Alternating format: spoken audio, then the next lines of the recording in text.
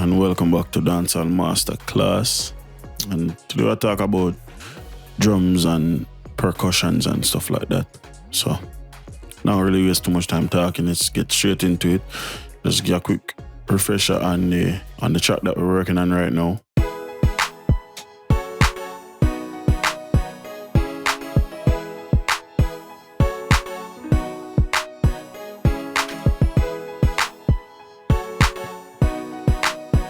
Alright, cool. So pretty laid back, pretty smooth, pretty beach, like I give off like a beach vibe or whatever. So let's get into the drum. So we already have a nice simple kick pattern. We also have a clap with it. So I just want to build upon that. And the way I approach it, sometimes, to be honest, I will forget to add like a hi-hat to a track and stuff like that. So while we're talking about a hi-hat, we don't add one right now. So a lot of times what me do is just play the track and just try and find a sound that match the track and how the track sounds.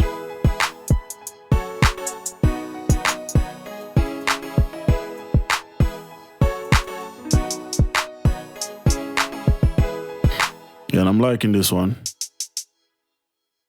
So we could trim this a little bit and then fade it out. And then in.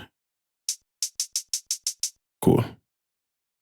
So we can start out with fill each two-step and then we can manually go in and build on that. All right, cool. So let's just go ahead and shorten this up. We'll go up to the magnet tool here and we'll change this to quarter note. And basically, this kind of incorporates back to the whole maths idea and thinking of it from a mathematical standpoint. Basically, this magnet tool is basically just like a divider. Think of it as a divider, right? And depending on which option you pick, it gives you a certain amount of divisions, basically. So if the default stock divider is just 1, then we have that. But if we change, let's go back to line. So this is, let's say we have 1 note and the stock division of that 1 note is just 4 pieces, 4 steps, basically. Like I remember we are thinking in terms of the step sequencer, right? So this 1 note here is divided into 4 steps, which we can then shorten up and get different, different results. So if we want to get more drastic and more, accelerated, so like much higher results or stuff like that, we just constantly make the division smaller and smaller. So if you go from a whole to a half, then instead of 4, now you have 8. And then if you go from a half to a third, the numbers go, I'm not sure how much it exactly, but let's see, 1, 2, 3, 4, 5, 6. So now we have 12, basically. And the reason why we have 12 is you have to remember within a bar or within the typical loop, you have 16 steps that makes up a bar. So you have 1, 2, 3, 4, 1, 2, 3, 4, 1, 2, 3, 4, 1, 2, 3, 4. So when you go into thirds, basically I go a third of that, and a third of 16 is 12, you know what I mean? And then what that allow you to do is it allow you to get different results that you couldn't possibly get if you were at a half or at a quarter. So this is a third right here, these 3. This is a half, and this here would be a quarter. So let's just take a listen to the differences. So this is a third right here. Then if we listen to this part, we have half. Then we have quarter. Sounds close to the third, but there are differences. So let's just use that to build a hi-hat pattern. Let's put this back to exactly as it was. Let's switch this to a quarter note. And like you see, you have steps right here. Just like I said, you have to think steps, you know what I mean? And the more you do it, the more you lose terms like that. You don't really think about steps and them thing. They just say, yeah, we'll put on 3 hi-hat and stuff like that. And I don't really think in terms of step. But we'll just treat it as like, you know, well, we're a beginner, we'll just go like that. So we have this and we'll just listen and we'll just put in what we feel like necessary. All right, so right about here, me hear like me hear, you know what I mean, a quarter note slide. I'm not sure if that don't work, but that's what we do attempt, that's what we do try. So we already set in a quarter notes. So let's play. So, all right, so we have 1, 2, 3. I feel like we need a nice quarter note slide here. You know what I mean? And that sounds good. So let's kind of like just continue building it.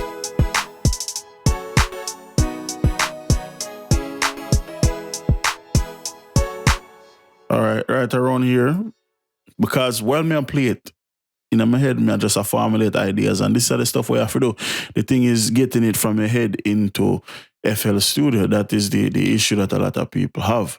So while me they play this now, me they formulate ideas. So once me come to a spot and me hear it, me immediately pause it, highlight the note I want the change to happen, and we work to make the change happen. So me I hear something a little bit faster than the quarter note. So we'll go to 16 note.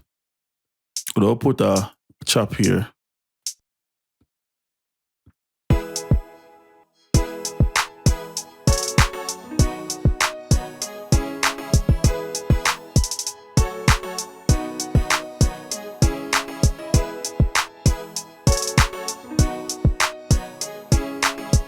You know what I mean? And it's very simple. We don't really need to go too crazy with it. You know what I mean? It's very simple and I like that. Now, I'm not going to get into pitch and velocity changes. No, that's something for later. I will just start out with the basics, getting the foundation done, you know, while we work towards finishing this first beat. And then the next beat now will start incorporate more advanced stuff. You understand? So that's the hi-hat done. Let's go ahead and add some more perks. Let's go back into the kit. Let's go into percussion.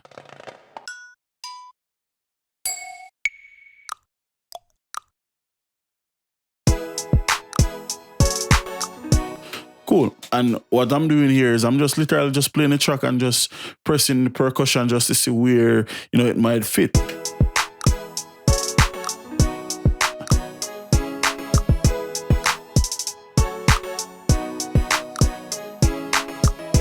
Cool. So I'm hearing it on a half beat. Let's turn this up so you can hear what I'm doing. And I'm just just clicking on this to play it.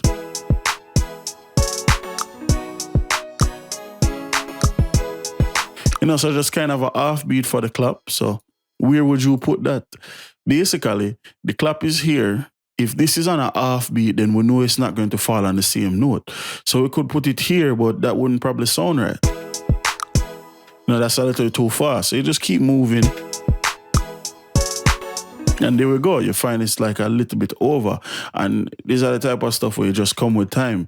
I know that that's where it's supposed to go. But, you know, like I said, just treat as beginners. We don't know that. You just have to play and mess around with it. Trial and error. You know what I mean? Just try it. If it work, it work. If it don't work, just move it somewhere else and try and get it to work. So here's where it's supposed to go. We need to switch this back to line. And put one here. I'm not going to have it all over the place so it sounds repetitive. So what I'm going to do is instead of putting it here in the third part of the bar, I'll put it in the fourth part in the same exact location right after the clap. And we're going to put it in the second bar. So it's not very repetitive. It just comes in, you know, as just some ear candy. Cool. So let's turn the hi-hat down. Let's pan this off a little bit because this, you know, ear candy, you just want it to be something that just, you know, just kind of intrigues the listener and just kind of give them a sense of basically trying to utilize a sense of the atmosphere, you know, trying to make sure say them stay interested in our Wagwan just by you adding little stuff here and there, you know what I mean?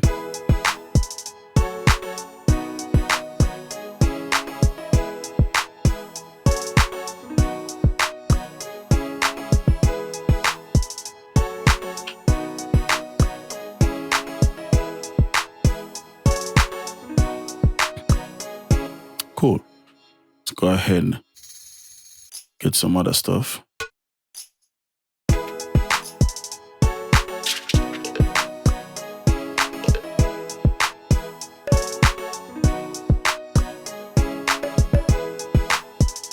There you go. And all I did was just double click. You know what I mean? And I want this to fall as something that happens right before the track comes back around. So how am I going to replicate what I just did? Just like we did earlier, we're just going to put it somewhere. And if it doesn't fit, we just move it somewhere else. That doesn't work. Just move it over. Nope. That's cool. It sounds good, but it doesn't work. So let's move this again. And that still doesn't work. So let's try something else. There we go. You know, just replicating what I did. For this one, I'm going to point this one to the right because you want to keep the instrument spread out. You know, we have some perks on the left already. So we have some perks on the right already. So I might as well put this over on the left side. Cool. So it has its own space while the other percussion has its space. The hi-hat is straight down the center, or you can pan it off a little bit. It doesn't really matter. You know what I mean? You just have to basically just keep in mind that you are working in an environment, and yes, you can feel that environment if you don't spread your instruments out enough. I spoke about that earlier, and I'm gonna speak about it a lot more because it's very important. You have to make space. You have to put stuff in the right spots, or what can happen is it will mask other things, you know, and overshadow other things, and that will be very counterproductive. So we just laid down some perks. In the next video, I'm going to lay down a bass line, and then from there we can transition into getting it into the mixer and then getting it into the playlist and start talking about arrangements and stuff like that. So until next time, it's your boy Itz-Beez-Da, the TrackStar. Peace.